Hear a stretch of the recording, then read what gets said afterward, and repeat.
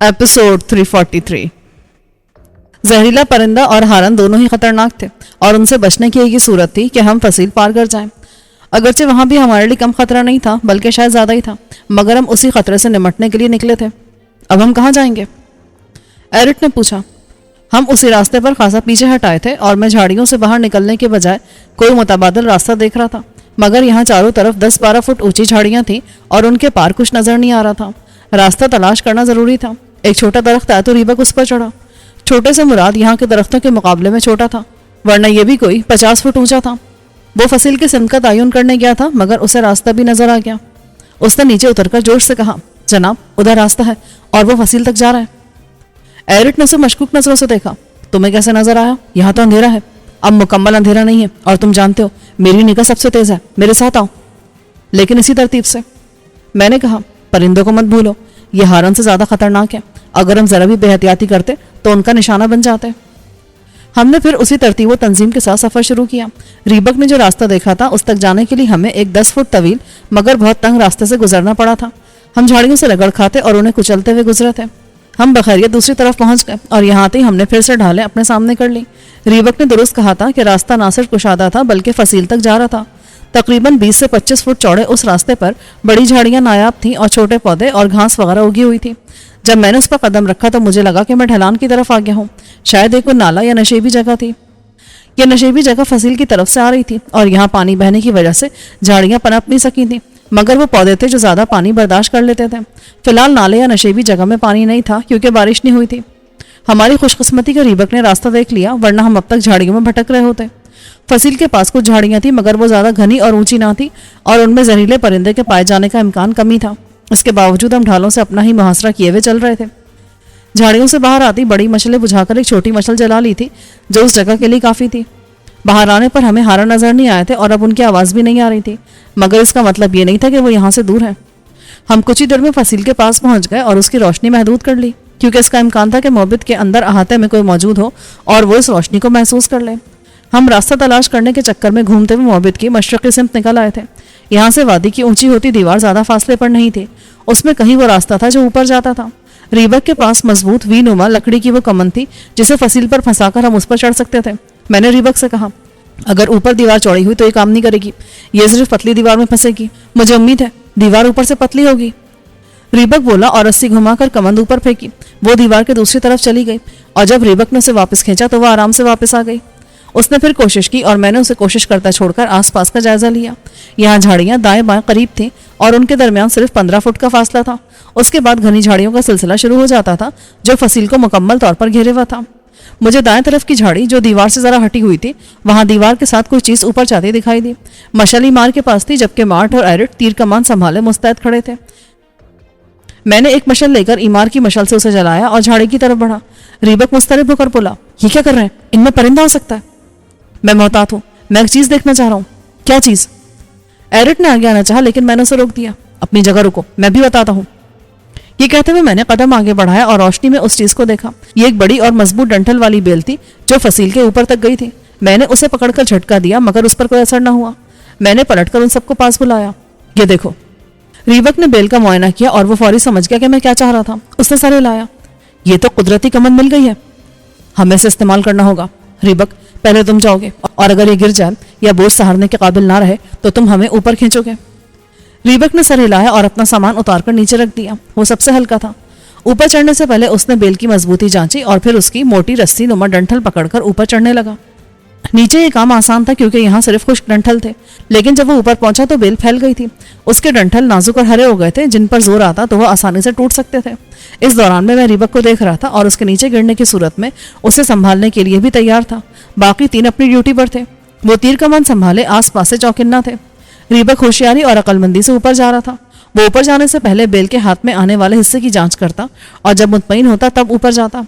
अब वो फसील से मुश्किल से 5 फुट नीचे रह गया था और यही सबसे मुश्किल हिस्सा था। यहाँ बेल फैल कर दीवार से हट रही थी।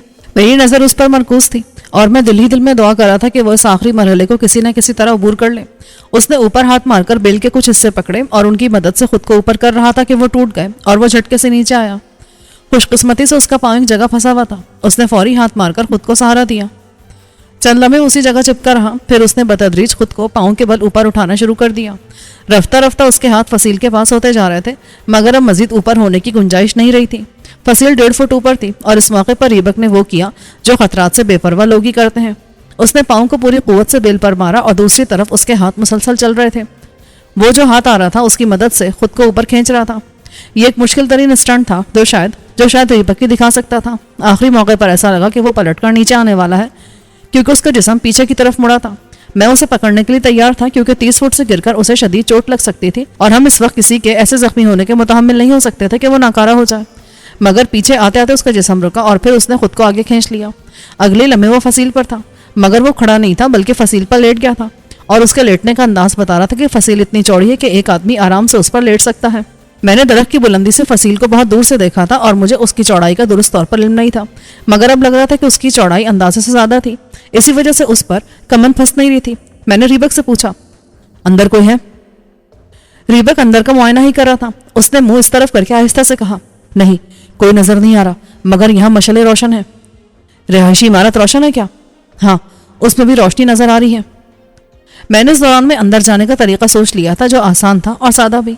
मैंने रस्सी उसकी तरफ उछाली। मैं पकड़ता हूँ, तुम अंदर उतर कर पकड़ लेना, फिर यहाँ से हम एक एक करके अंदर आएंगे। रीबक ने सर हिलाया। और सामान? मैंने सोचा और फिर कहा, पहले सामान अंदर उतार दो, फिर खुद उतरना।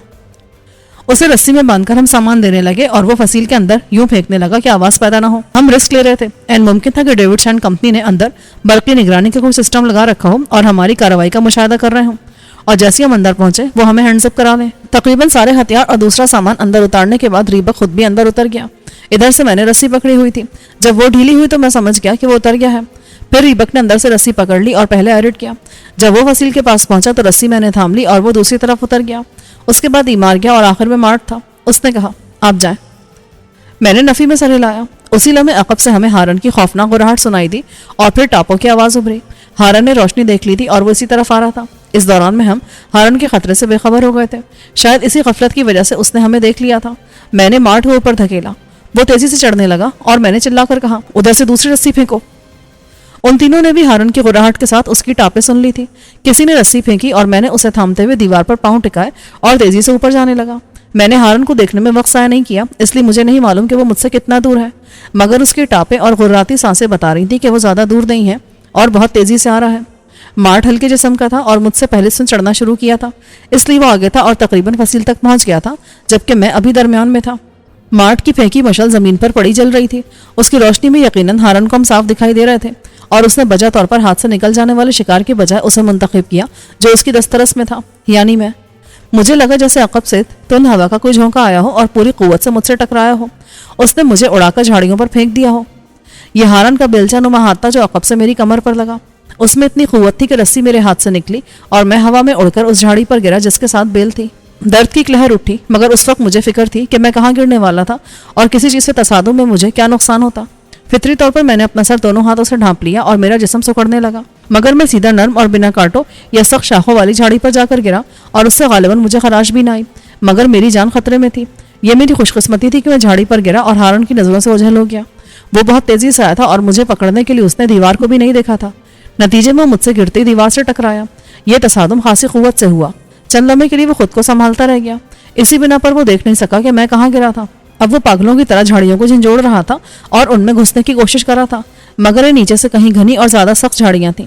मैं उनके दरमियान में फंसा हुआ था और झाड़ी हिलने के साथ रफ्ता रफ्ता नीचे जा रहा था। मैं उसको हरकत नहीं कर रहा था कि उससे हारन को पता चल जाता कि मैं कहाँ हूँ। वो झाड़ी को हिला रहा था और मैं उसी वजह से नीचे जा रहा था। देखा जाए तो वो मेरी मदद कर रहा था, क्योंकि यहाँ झाड़ियाँ इतनी घनी थी कि मैं उनके जाल में फंस कर रह गया था। नीचे आते हुए मेरी कोशिश थी कि झाड़ी के अंदर वाले हिस्से की तरफ जाऊं और हारन से दूर रहूं। एक तरफ मैं अपनी जान बचाने की कोशिश कर रहा था तो दूसरी जानिब मेरे साथी भी मुझे बचाने की कोशिश कर रहे थे। मार्ट ऊपर पहुंच गया था और वो अंदर वालों से तीर कमान मांग रहा था। बिलाखिर मैं हारन के ताउन से जमीन तक पहुंचा। उसने इस दौरान में झाड़ियों का हशर नशर कर दिया था। उनका बेशतर हिस्सा अपनी जिन्नाती कुव्वत से उखाड़ फेंका था और बाकी मांदा का हशर करा था। इसी असना में मार्ट की तरफ से चलाया हुआ पहला तीर उसके जिस्म में उतर गया। वो घुर्राकर जरा पीछे हुआ। मैं रेंग कर दूसरी झाड़ी तले जाने की कोशिश कर रहा था और मुझे कतई इल्म नहीं था कि वहाँ क्या है, इसलिए जब मेरे हाथ पहले सूखी घास और फिर उसके अंदर मौजूद अंडों से टकराए तो मेरे 14 तबक रोशन हो गए। ये यकीनन उसी जहरीले कांटों वाले परिंदे का घोंसला था और वो भी कहीं आसपास था। میں نے معبود حقیقی سے فریاد کی کہ میں یہ کہاں پھنس گیا ہوں جہاں آگے پیچھے ہر طرف موت ہے۔ کچھ دیر ساکت رہنے کے بعد میں سست روی سے پیچھے ہٹنے لگا۔ اس دوران میں مارٹ ہارن کو کئی تیر مار چکا تھا۔ میں فصیل کی طرف سرک رہا تھا۔ ہارن اکیلا تھا، مگر اس کا پورا امکان تھا کہ اس کی چیخم دھاڑ سن کر دوسرے ہارن بھی دوڑے چلے ہیں۔ میں نے اندھیرے میں دیوار ٹٹولی اور کھڑا ہوا۔ میں اندازہ لگا رہا تھا کہ ہارن کی ضرب نے مجھے کس حد تک نقصان پہنچایا ہے۔ میں نے محسوس کیا تھا کہ تکلیف تھی، مگر میں حرکت کرنے سے معذور نہیں ہوا تھا۔ ہارن مجھے جھاڑی میں نہ پا کر پہلے حیران تھا۔ جب مارٹ نے اس پر تیر اندازی شروع کی تو اس کا اشتعال بڑھ گیا، مگر وہ مارٹ کا کچھ بگاڑ نہیں سکتا تھا۔ ہاں، خطرے میں تھا۔ اگر وہ جھاڑی میں مزید گھستا تو مجھے تلاش کرنا زیادہ مشکل نہیں تھا۔ مارٹ تیر اندازی کے ساتھ ساتھ مجھے آوازیں دے رہا تھا اور میں خاموش تھا۔ اس موقع پر بول کر میں فوت نہیں ہونا چاہتا تھا، مگر وہاں صرف خاموش رہنا مسئلے کا حل نہیں تھا، جبکہ دیگر نئے مسائل بھی جنم لے رہے تھے۔ جھاڑیاں ٹوٹنے اور ان کے ذرات اڑنے سے وہاں ایک غبار سا چھا گیا تھا جو ناک کے راستے دماغ میں جا کر ان حصوں میں تحریک پیدا کر رہا تھا جو چھینک لانے کے ذمہ دار تھے۔ اس لیے میں نے ناک بند کر لی اور منہ سے سانس لے رہا تھا۔ میری سمجھ میں نہیں آ رہا تھا کہ اس مشکل سے کیسے نکلوں۔ رسیہ جہاں تھی وہاں ہارن تھا اور تیر کھانے کے باوجود وہاں سے جانے کو تیار نہیں تھا۔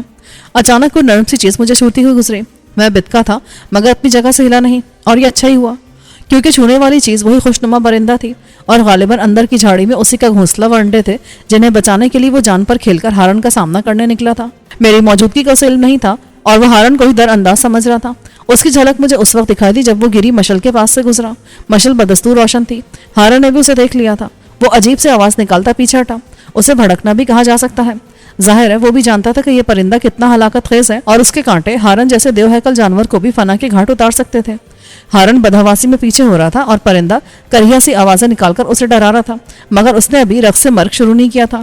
شاید وہ بھی اس سے ڈر رہا تھا کہ کہیں کانٹے بازی کے جواب میں ہارن حملہ کرے تو اس کے بچنے کا امکان نہیں تھا، اس لیے وہ ڈرا دھمکا کر کام نکالنے کی کوشش کر رہا تھا۔ پھر کسی اور طرف سے ایک پرندہ اور آیا اور آ کر پہلے والے کے ہمراہ اسی کی طرح دھمکی آمیز آوازیں نکالنے لگا۔ یہ یقیناً جوڑا تھا۔ ہارن پیچھے ہٹ رہا تھا اور وہ آگے بڑھ رہے تھے۔ ذرا سی دیر میں ہارن فصیل سے خاصا پیچھے ہٹ گیا اور اسی مناسبت سے پرندے بھی دور ہوئے۔ میں نے محسوس کیا کہ یہ میرے لیے موقع تھا، اگرچہ پرندوں سے خطرہ تھا کہ وہ مجھے دیکھتے ہی کانٹے برسانا شروع نہ کر دیں۔ ہارن پر تیر برسانے والے مارٹ نے بھی دم ساتھ لیا تھا اور یہ اچھا ہی ہوا تھا۔ ہارن اب فصیل سے کوئی 30-35 گز دور چلا گیا تھا اور پرندے 10-12 گز دور تھے۔ میں نے چند گہری سانسیں لی اور اچانک بھاگا۔ رسیوں کے پاس آتے ہوئے میں نے چلا کر کہا، رسی پکڑو، میں آ رہا ہوں۔ مجھے خطرہ تھا کہ ان لوگوں نے رسیاں چھوڑ نہ دی ہوں اور میں رسی پکڑ کر فصیل پر چڑھنے کی کوشش میں منہ کی کھاؤں۔ پرندے جو پوری طرح ہارن کی طرف متوجہ تھے اور اسے ڈرا رہے تھے، میری آواز سن کر خود بھڑکے اور ہارن ہی کی طرف بھاگے۔ میں ان کے عقب میں تھا۔ میں نے وہ رسی پکڑی جس سے مارٹ چڑھا تھا۔ وہ میری مدد کے لیے دوبارہ سے حرکت میں آ گیا تھا۔ اس نے تیر کمان سنبھال لیے تھے۔ میں نے رسی پکڑی اور دونوں پاؤں دیوار سے ٹکاتے ہوئے اوپر چڑھنے لگا۔ ناقابل بیان تیزی سے میں آدھی سے زیادہ دیوار چڑھ گیا اور تب مارٹ نے تیر اندازی شروع کی۔ مجھے عقب سے پرندے کے زخمی ہونے کی آواز سنائی دی۔ اسے تیر لگا تھا۔ شاید انہوں نے مجھ پر کانٹے برسانے کی کوشش کی تھی اور مارٹ نے تیر مار کر انہیں روکا تھا۔ فصیل کے نزدیک آنے سے میرا جسم اب بینڈ ہو رہا تھا اور مجھے مجبوراً ٹانگوں کے بجائے ہاتھوں کا سہارا لینا پڑا تھا۔ میں لٹک گیا تھا۔ عقب سے ہارن کی ٹاپوں کی آواز نزدیک آ رہی تھی اور اوپر سے مارٹ دبی آواز میں مجھے جلدی آنے کو کہہ رہا تھا۔ پھر اس نے ایک تیر مارا اور ہارن گھررایا۔ وہ رہٹ زیادہ دور سے نہیں آئی تھی۔ میں فصیل سے 2 فٹ نیچے تھا اور میں نے پاؤں سمیٹتے ہوئے تیزی سے یہ 2 فٹ کا فاصلہ طے کیا اور فصیل پکڑنے والا تھا کہ رسی کو شدید جھٹکا لگا۔ میں نیچے گیا تھا۔ ایک لمحے کو میرا دل رک گیا کہ رسی ٹوٹ گئی تھی، مگر وہ اپنی جگہ قائم تھی۔ دوسرا جھٹکا لگا اور میں مزید نیچے گیا تو انکشاف ہوا کہ رسی ہارن نے پکڑ لی تھی اور وہ اسے کھینچ رہا تھا۔ میں فصیل سے 2.5-3 فٹ نیچے آ گیا تھا۔ ہارن کی جناتی قوت کے سامنے اندر موجود 3 افراد بھی کچھ نہ تھے اور وہ اسے رسی کھینچنے سے روک نہیں سکتے تھے۔ میں نے پلٹ کر دیکھا تو ہارن کے ہاتھ میرے پاؤں سے زیادہ دور نہ تھے۔ اس نے دونوں ہاتھوں سے رسی پکڑ لی تھی۔ ایک اور جھٹکے کی دیر تھی کہ میں اس کی حد میں پہنچ جاتا اور وہ جھٹکا دینے لگا تھا کہ میری نظر دیوار پر گئی اور ہمیشہ کی طرح مشکل ترین لمحات میں اوپر والے نے میرے ذہن میں جان بچانے کی ترکیب نازل کی، شاید اس لیے کہ میں کبھی اس کی ذات سے مایوس نہیں ہوا۔ میں نے جھٹکے کا انتظار کیا اور جیسے ہی میں نیچے گیا میں نے اپنے پاؤں ہارن کے سر پہ ٹکائے اور رسی چھوڑتے ہوئے خود کو پوری قوت سے بائیں طرف اچھالا۔ ہارن اس ضرب سے بوکھلایا تھا۔ اسے توقع تھی کہ میں نیچے گروں گا، مگر میں اس کے سر پر گرا۔ شاید اسے ضرب سے چکر بھی آیا ہو، اس لیے جب تک وہ سنبھلتا میں نے دوسری رسی پکڑ لی۔ یہ اصل میں میری رسی تھی جس پر چڑھتے ہوئے ہارن نے ہاتھ مار کر مجھے جھاڑی میں پھینک دیا تھا۔ میں نے اندھی چال چلی تھی۔ یہاں روشنی کم تھی اور رسی برائے نامی نظر آ رہی تھی۔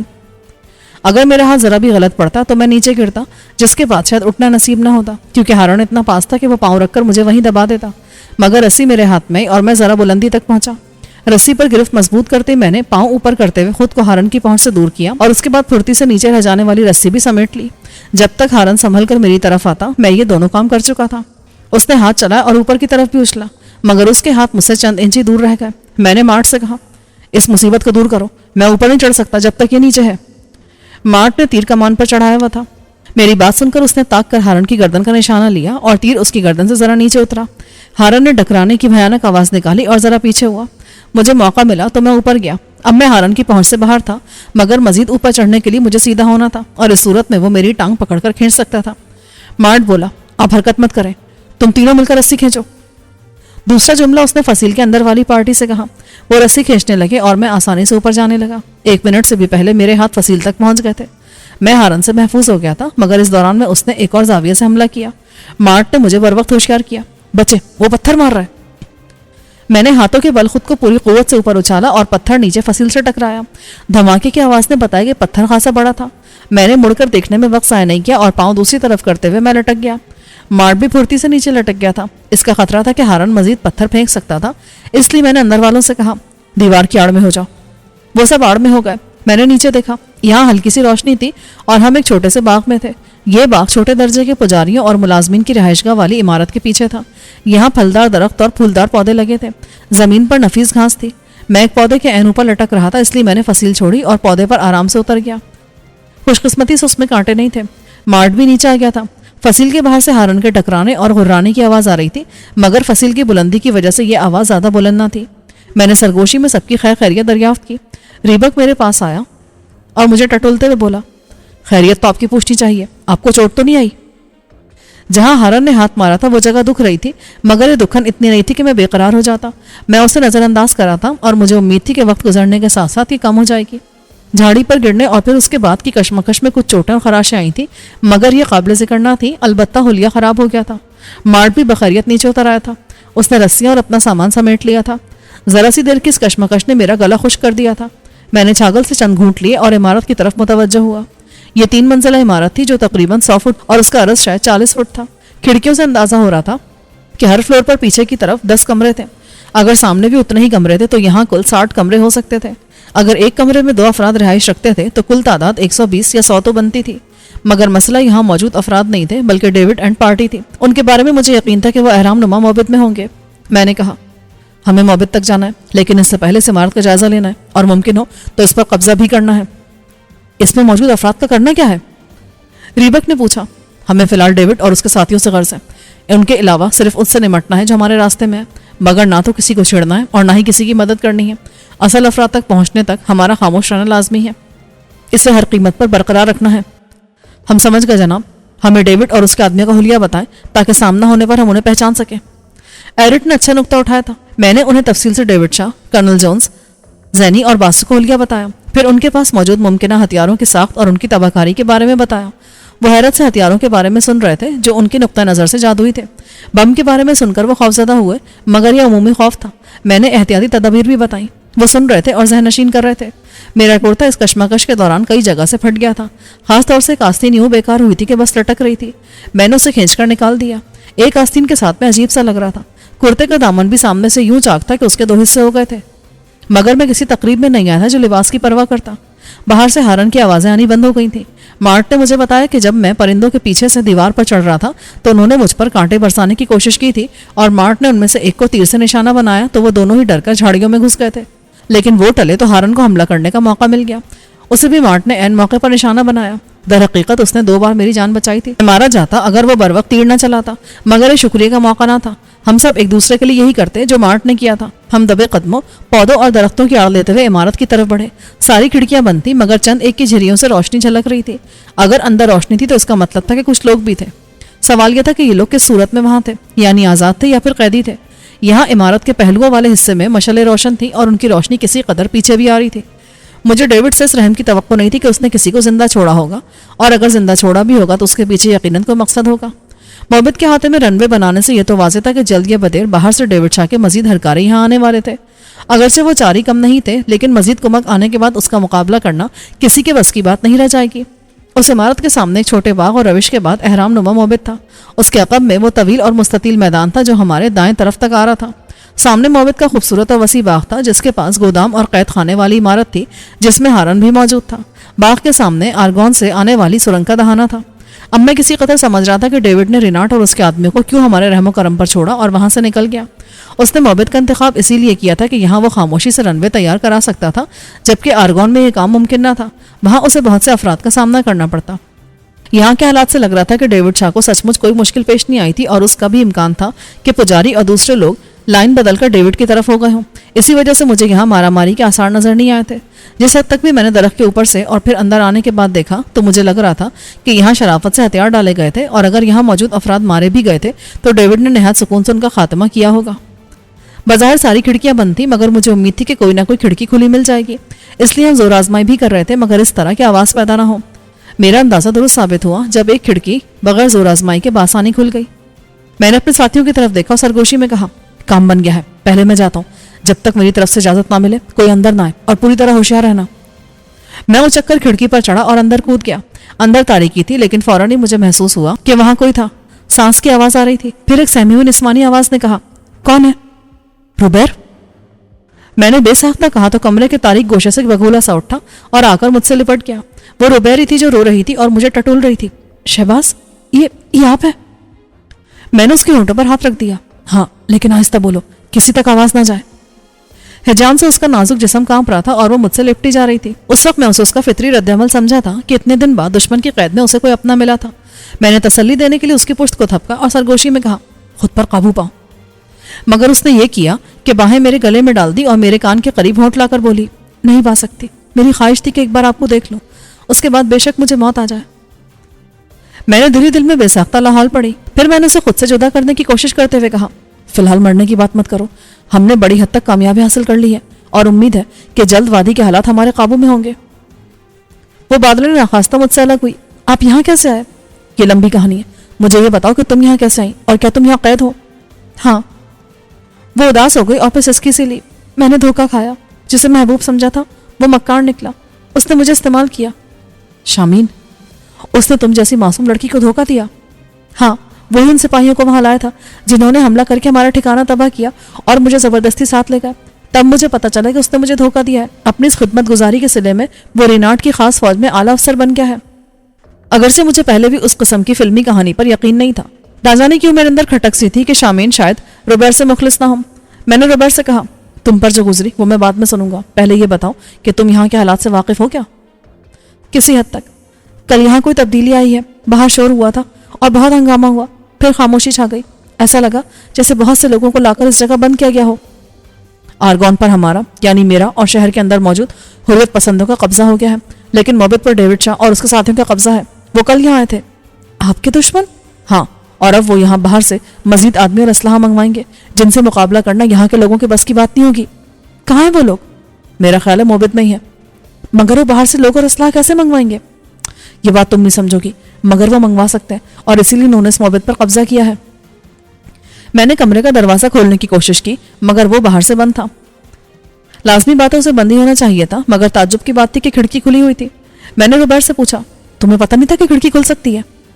مجھے معلوم ہے، لیکن میں یہاں سے کہاں جا سکتی تھی؟ کوئی یہاں سے فرار ہو کر کہاں جا سکتا ہے؟ میں نے 2 بار کوشش کی، مگر پکڑی گئی اور مجھے سزا ملی۔ انہوں نے میری پشت ادھیڑ کے رکھ دی، یہ دیکھیں۔ اس نے میرا ہاتھ پکڑ کر اپنی پشت پر رکھا جہاں مندمل ہوتے زخموں کا کھردرا پن موجود تھا۔ میں نے ہاتھ واپس کھینچا اور نرمی سے بولا، تم فکر مت کرو، جب ہم ان پر حاوی ہوں گے تو سب سے حساب لیا جائے گا۔ میں نے کہا اور اس کا بازو پکڑ کر کھڑکی تک آیا۔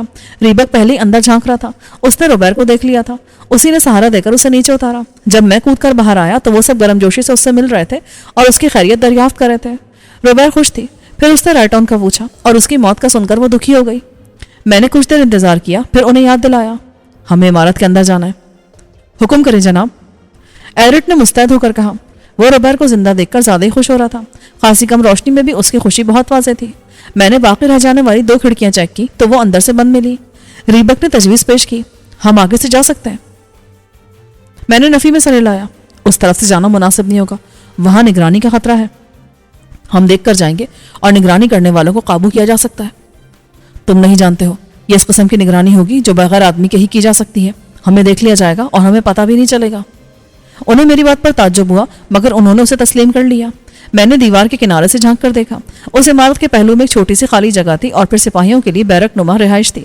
اس کے سامنے وسیع احاطہ تھا جس کے بیچ میں گول یا بیوزی باغ تھا۔ اس باغ کے ایک طرف سرنگ سے آنے والا راستہ نکل رہا تھا اور دوسری طرف احرام نما موبد تھا۔ اس موبد تلے نہ صرف بڑے قید خانے تھے بلکہ یہاں اعلیٰ پجاریوں کی رہائش کا انتظام بھی تھا۔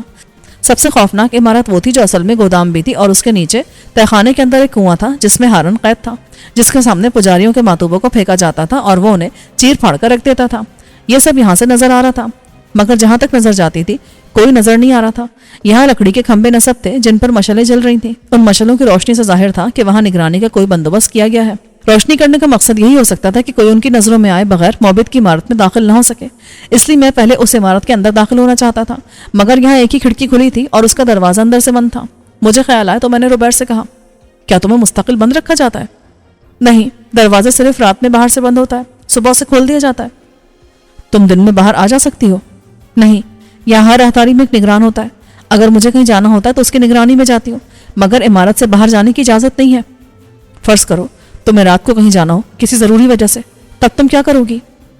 میں دروازہ بچا کر رات کے نگران کو بلاتی ہوں اور وہ مجھے اپنی نگرانی میں لے جاتا ہے۔